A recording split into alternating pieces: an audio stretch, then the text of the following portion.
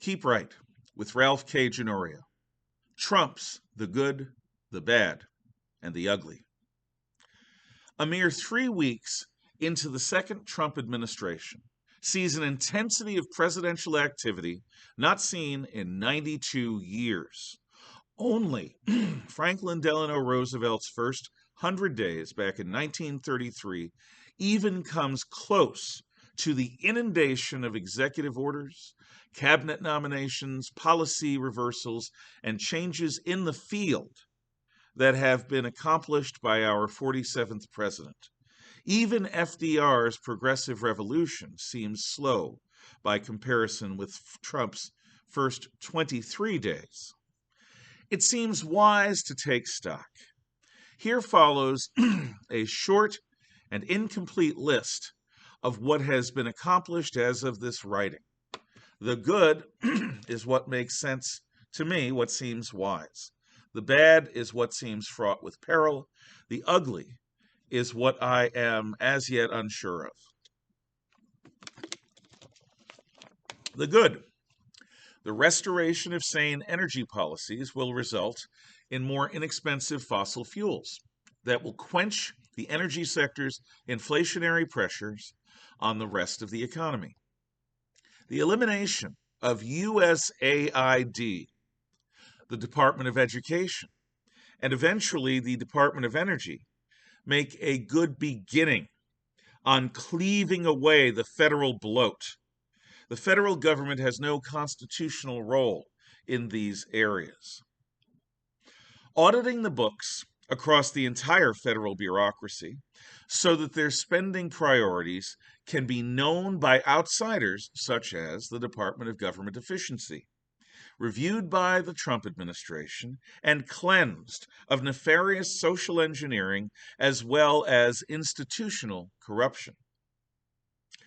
Reasserting control over what has become a shadow government within the Department of Justice, Central Intelligence Agency, Federal Bureau of Investigation, Department of Homeland Security, Federal Communications Commission, Department of the Interior, Department of Health and Human Services, Federal Emergency Management Agency, and Department of Defense.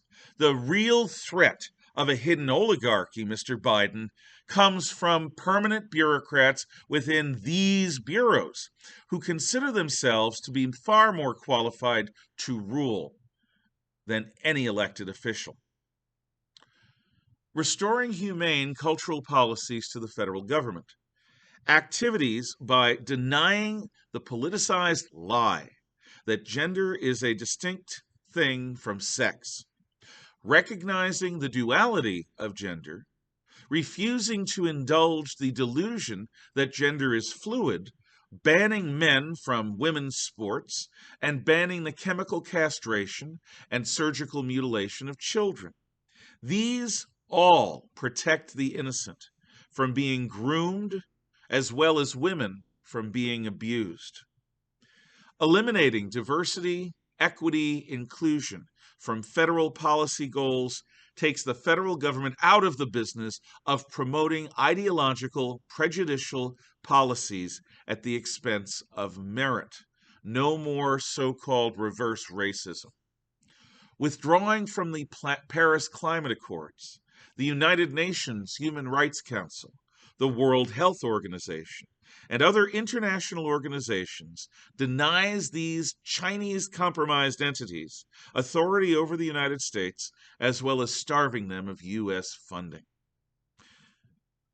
Reasserting control over our borders and interior with the intent of deporting all illegal alien invaders, beginning with violent criminals, is the necessary precursor to restoring purposeful control over the entry into our nation of both people and illegal drugs.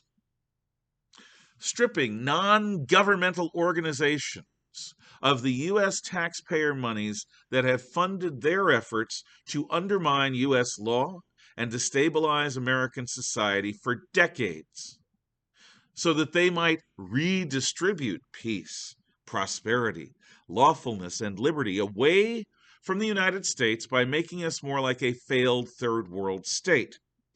For example, in the 1990s, Catholic Charities settled hundreds of Somali families en masse into several main cities, fundamentally altering their culture, character, and crime rates.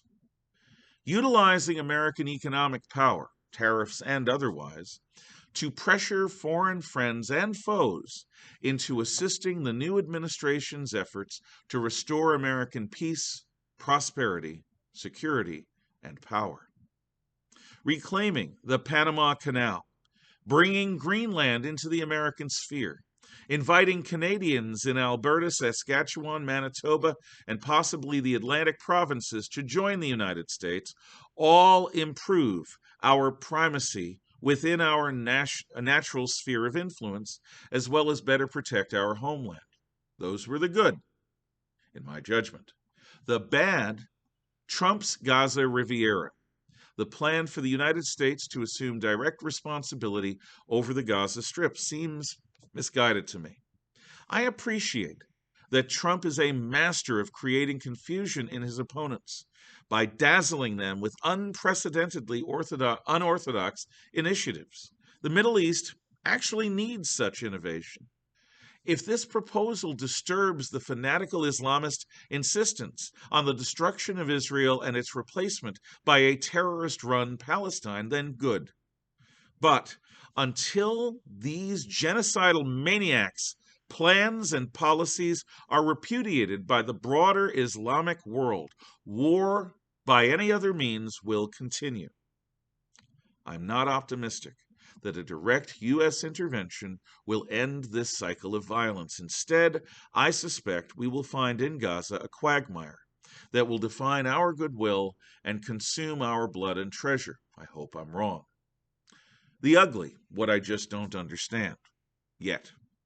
While it is immensely emotionally satisfying to throw the rewording, rebranding obsession of the left into their face, I do wonder if renaming the Gulf of Mexico as the Gulf of America is the best use of Trump's political capital.